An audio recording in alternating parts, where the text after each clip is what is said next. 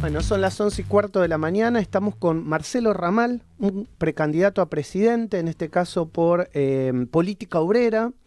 Siempre es un placer charlar con él, sé que está recorriendo mucho la Argentina, mucho el país, es difícil hacer campaña también con pocos recursos, eso me imagino, lo vamos a charlar y a conversar, y está en muchos lugares de la Argentina tratando de cumplir con todo el mundo. La clase obrera seguramente que quiere tenerlo y escuchar sus propuestas. Así que tratemos de acá desde la radio llevarle esas propuestas.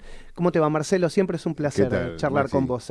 Muchas gracias por la invitación. Y bueno, vamos a intercambiar ideas sobre todo lo que está pasando y cómo la vemos. Bueno, si querés, me gustaría empezar por esto, ¿no? ¿Cómo es hacer campaña tal vez para los partidos no del establishment o grandes, recorrer la Argentina con el presupuesto que tienen y llegar obviamente con tus ideas a todo el mundo, también imagino con cierta veda de algunos medios de comunicación?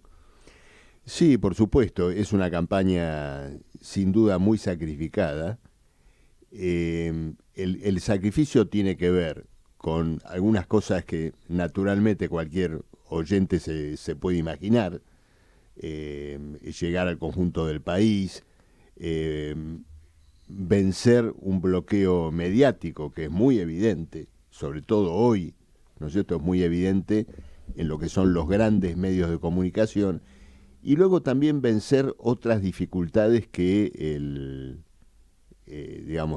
votante, el oyente a lo mejor no conoce, pero que también son importantes. Hay un sistema electoral muy perverso, con la boleta que tiene cada partido, debe repartir.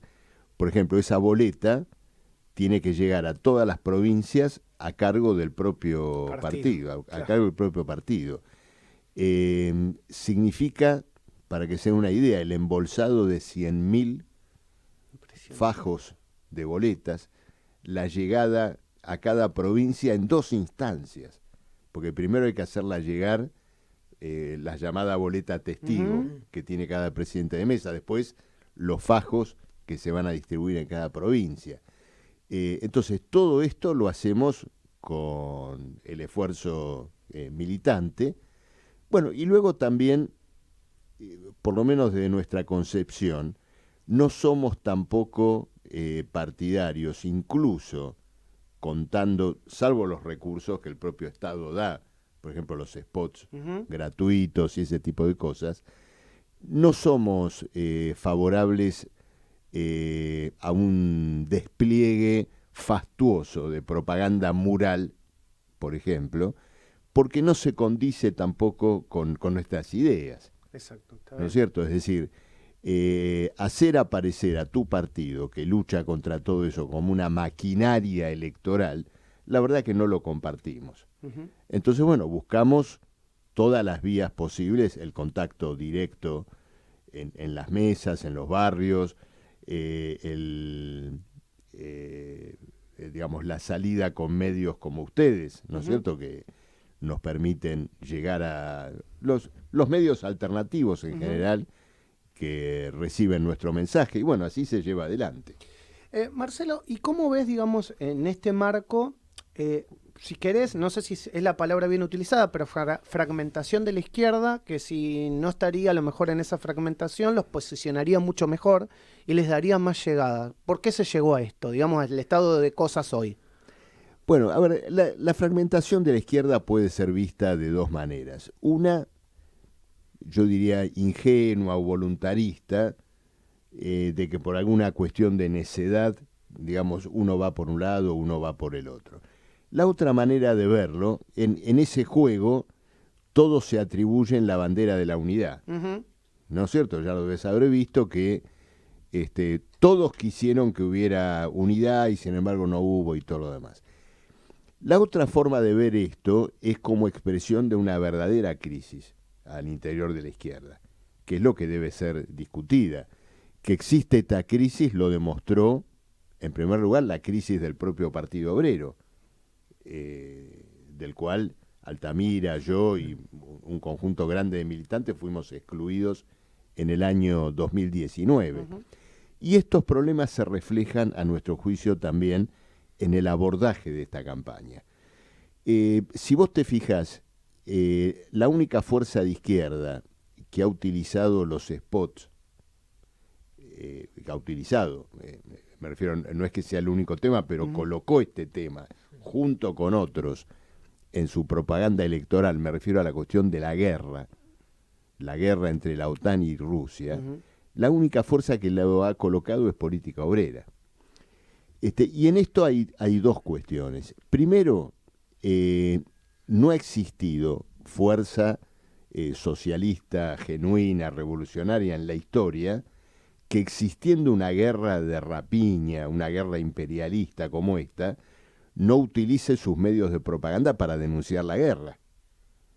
Exacto. Reclamar el cese del fuego, reclamar que termine la masacre y toda una cantidad de cosas que están asociadas a ella.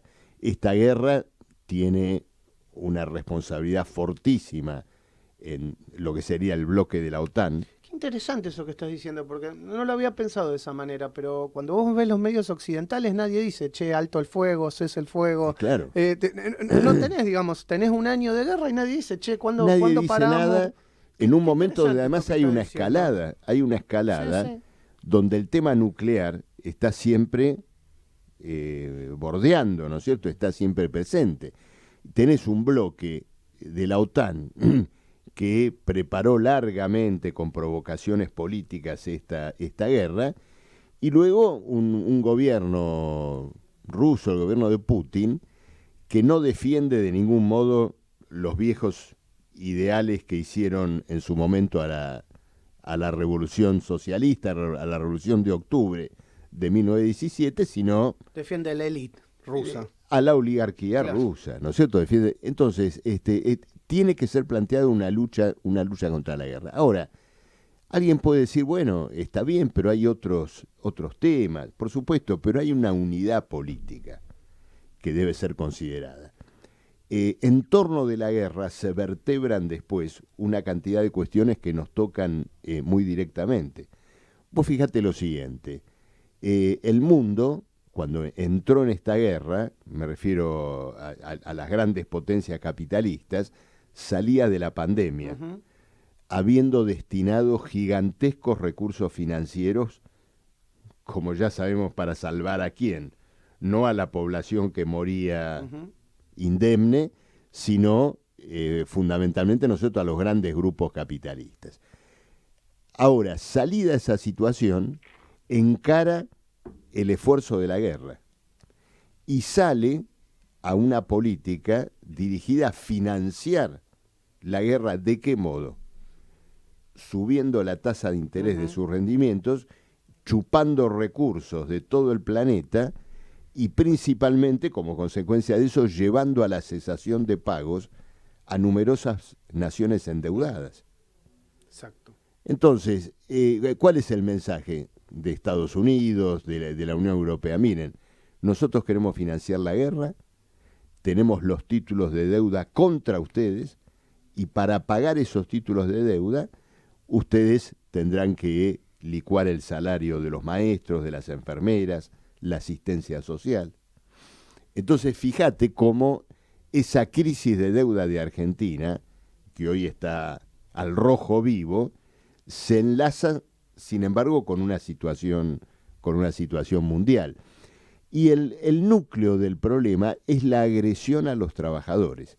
Es decir, cómo se enjuga una crisis y se financia, en este caso, una guerra de rapiña, una guerra de intereses, apelando a sacarle el jugo a la clase obrera. Yo te agregaría, sí, al capital humano, es en contra del capital humano y también en contra del planeta. Tal cual, eso te lo iba a decir. El otro gran damnificado es el planeta, el medio ambiente, donde también hemos llegado a un punto nunca visto. De no retorno, es muy ¿no es cierto?, de depredación que, bueno, cuestiona la supervivencia humana en el planeta. Entonces, la pregunta es la siguiente. ¿La izquierda debe intervenir en esta campaña electoral para hacer un torneo autoproclamatorio de disputa de cargos, de eslogans facilistas? ¿O tiene que colocar crudamente este escenario y llamar a los trabajadores a una reflexión política. Bueno, esta es nuestra visión. Yo por mi parte creo que esto ya coloca un sesgo, una distinción muy clara entre política obrera y otras fuerzas que se presentan. De mi parte, digamos, no hay más que pueda ofrecer porque es esto, y no quisiera entrar en lo que se está entrando hoy, ¿no es cierto? Chicanas, acusaciones, este es tal cosa, la otra es tal otra, no me interesa. Perfecto, perfecto. Bueno, ¿No es cierto? hablando de esas propuestas, entonces, para no adentrarnos, digamos, en las chicanas, ¿cómo estás viendo el diagnóstico de lo que nos pasa en el país? Yo te diría, digamos, muy concretas preocupaciones. Inflación, punto número 1, si querés lo podés asociar al dólar, pero bueno, inflación, Sí. alquileres, seguridad. ¿Cómo estás viendo, digamos, esa problemática que tenemos todos? La verdad que ninguno escapamos Claro. a esta realidad. Mira, la cuestión de la inflación es, en primer lugar, una consecuencia necesaria e inevitable de la desvalorización de la moneda. Uh-huh. Y la desvalorización permanente de la moneda está muy ligada a la deuda Uh-huh. y a esta política de rescate del capital. Yo le señalaba ayer a un colega tuyo, Uh-huh. Gabriel Suet, Sí. que en los últimos 3 meses del año pasado, el Banco Central imprimió 1 billón, es decir, 1 millón de pesos, para salir al rescate de los títulos de la deuda pública, ¿no es cierto?, que está en pesos. Entonces, claro, esto es interesante porque nos mete con el problema de la emisión y el famoso debate, ¿la emisión crea inflación? Bueno, la emisión crea inflación cuando es una emisión parasitaria, cuando el único propósito que tiene es, por ejemplo, como en este Pagar caso, deuda, por ejemplo. valorizar ficticiamente un activo que en el fondo no vale nada, porque es un título de deuda contra un Estado que está quebrado. Ahora, el que lo compró asumió su riesgo, ¿no? Imagínense que nosotros fuéramos a un casino, jugáramos, ¿no es cierto? Jugamos al 5 y sale el 8. Jugamos al 3 y sale el 35. Y a las 5 bolillas, ¿no es cierto?, nos quedamos sin un mango. Uh-huh. Entonces viene el damnificado a la ventanilla y dice, perdón, ¿cuál es la ventanilla del Banco Central? ¿Para qué? No, porque me dijeron que alguien me iba a compensar por toda la plata que fui perdiendo en estas jugadas. Y bueno, alguien le va a aclarar y decir, no, mire, usted vino acá a cuenta y riesgo y si hubiera ganado, nadie le hubiera pedido nada. Entonces, hay un sistema de especulación con la deuda que es todo beneficio, porque el Banco Central, ¿no es cierto?, respalda la posibilidad de una pérdida. Y el otro día también conversábamos en el medio de esta deuda, como para que no pase o que no dejarlo al pasar, que muchas veces se habla de la deuda externa pensando que es todo, viste, foráneo, y gran parte de la deuda la tienen también capitales Por argentinos supuesto, y más de la grandes mitad, grupos claro. argentinos. Entonces vos tenés, por supuesto, estás valorizando, estás rescatando a un capital que no solamente es externo, sino que también es nacional. Esa montaña de pesos, sin que la producción, digamos, aumente, lleva luego, financiero, ¿no es cierto?, a un aumento de los precios, y entonces viene otro componente importante de la inflación que debe ser caracterizada, porque los liberales hablan inflación, emisión, pero nunca caracterizan socialmente a la inflación. ¿En qué sentido? ¿Es una inflación de beneficios o una inflación de salarios? Uh-huh. Es decir, ¿suben los precios por el aumento de los salarios o es el resultado de la indexación de intereses de deuda, tarifas, alimentos, en fin, de todo lo que constituye, digamos, el peldaño para las ganancias del capital?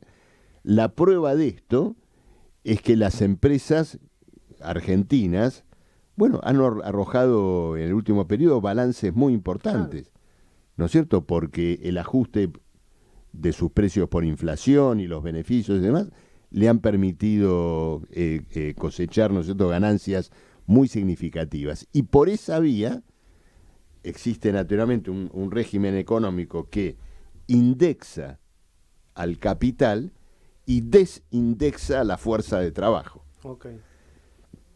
Porque, bueno, en principio las jubilaciones fueron desajustadas de la inflación con la ley de Guzmán del 2019. ¿Se acuerdan cuando Guzmán dijo el sistema jubilatorio es inflacionario? Y se refería al problema de la movilidad jubilatoria incorporando la inflación. Entonces, la inflación ha sido sacada, ¿no es cierto?, del cálculo del índice de precios.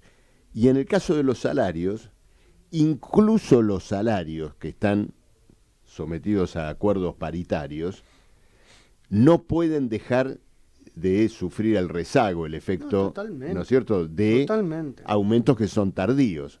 Porque vos siempre le corres de atrás. Sí, por supuesto, vos pensás, suponete 2 meses, vos tenés un aumento. Después tenés 2 meses de inflación de poner el 7%. Después ponele que te corrigen el 15 al cabo de los 60 días y recibís, ¿no es cierto?, un aumento correlativo. Bueno, en ese punto volvés a estar donde estabas en el momento inicial hace 60 días. Pero la erosión del salario durante esos 60 días no te la devuelve nadie. No te la devuelve nadie. Tu capacidad de compra durante esos 60 días la perdiste. Como, tu salario es un reloj parado durante 60 o 90 días. Y los precios de las góndolas son como el reloj del taxi que está todo el tiempo aumentando. ¿No es cierto? Aumentando. Terrible, la verdad la inflación que estamos viviendo es verdaderamente preocupante, Marcelo, preocupante. Ojalá que escuchen, tomen conocimiento, porque a veces decís, che, ¿están tomando conocimiento de lo que nos pasa todo en la vida cotidiana? Mira, concluyendo este problema, cuando unís todas las piezas de este rompecabezas, ¿a qué conclusión llegas? La inflación es el mecanismo del ajuste. Es el mecanismo del ajuste. El gobierno cumplió con las metas del FMI gracias a la inflación. Por eso en el acuerdo, no el que se está cerrando ahora, sino el acuerdo que inicialmente se firmó con el FMI, era tan severo con el tipo de cambio, con las reservas internacionales, con el déficit fiscal, pero medio hacía la vista gorda en relación al tema de la inflación. Claro, pero el problema es que está bien, uno entiende que... A ver, podemos llegar a entenderlo, el diagnóstico. El tema es que nos desajusta la vida en lo cotidiano y ahí entra, por ejemplo, alquileres. Claro. ¿Qué le pasa a la gente, al trabajador? Oye, tiene que ir. Se ve expulsado, digamos, de su propiedad porque se tiene que ir a una menor o a un barrio menor o lo que sea, y después pasa también que el propietario quiere alquilar y no puede y no llega y lo termina poniendo en Airbnb. Digamos, es muy complicado, se nos desordena la vida. Termina yendo para el Airbnb, con el turismo es un país barato, el turismo viene, los ponen en Airbnb y a uno que está buscando y tampoco renovar, tenés oferta para todo, porque cuando vos lo pones en Airbnb no es que viene el turista, ¿entendés? Y todo el mundo, no, tenés que esperar porque... no tenés esa capacidad para recibir, digamos, todo Buenos Aires en Airbnb. Mira, este problema de los alquileres tiene diferentes componentes. Algunos los hemos hablado en otras oportunidades, pero yo me quiero concentrar en 2 problemas. A ver, dale. Uno, aunque parezca mentira, está ligado al problema de la deuda pública. ¿Por qué motivo? Porque el mercado de deuda le otorga al capital puesto a interés, puesto a inversión, un rendimiento absolutamente extraordinario. Entonces, quien coloca el dinero en títulos de deuda y alguien le dice, mira, ¿por qué no lo colocas en construir o ser parte de un consorcio que construya o lo que fuera? Para crédito hipotecario, bueno, y también el banco que lucra con la deuda pública. El rendimiento de la propiedad, o el rendimiento de la inversión en propiedades, tiene que igualar al rendimiento de los títulos de deuda pública. Está bien.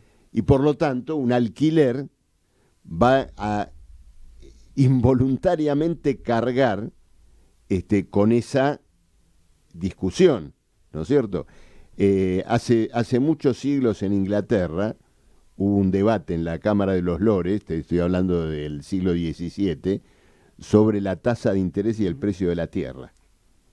Fíjate que era este mismo debate. Y discutían que si la tasa de interés era baja, los capitales se volcaban a la compra de tierra, así que si la tasa de interés era alta, ¿no es cierto? Había menos interés en la tierra. Exacto. Bueno, por eso te digo, es un problema histórico del capitalismo, pero en este caso influye porque, un régimen de deuda pública usuraria como el actual inviabiliza el crédito hipotecario.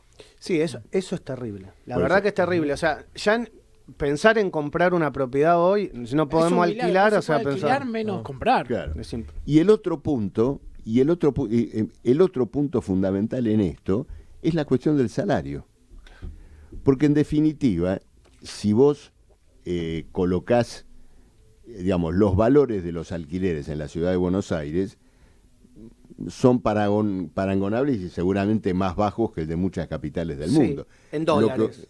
Lo que ocurre es que el salario... No medido ganás en dólares, claro. El exacto, salario es exacto. absolutamente insignificante. Exacto. Entonces, mientras se resuelva el problema de fondo, hay un debate muy fuerte que tiene que ver con la relación entre el salario, la propiedad, ya sea en compra o en alquiler. Totalmente de acuerdo. Ese es el punto. Es decir, ahora, ¿qué vas a hacer con Airbnb? ¿Qué vas a hacer? A ver, prohibilo. Va a existir igual. Va a existir. Va a existir igual. No hay forma, ¿no es cierto?, de que no exista.